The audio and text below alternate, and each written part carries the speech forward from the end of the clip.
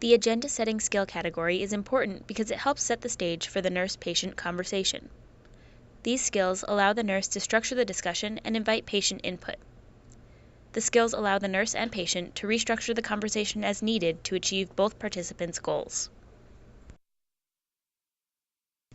Agenda setting skills are generally used at the beginning of the consultation. However, when there's a change in content, these skills can be used at that time. The 4 agenda setting skills are declare agenda items, invite agenda items, negotiate agenda, and take stock.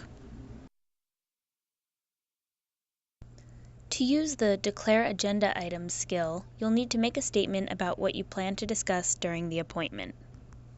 A good example of this is, today we'll be talking about the results of the scan and your next steps in treatment.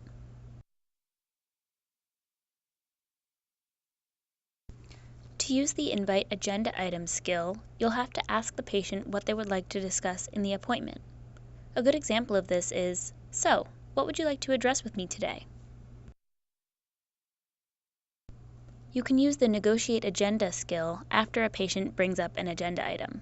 Then you can make a statement indicating that you have acknowledged the item and state when it will be discussed.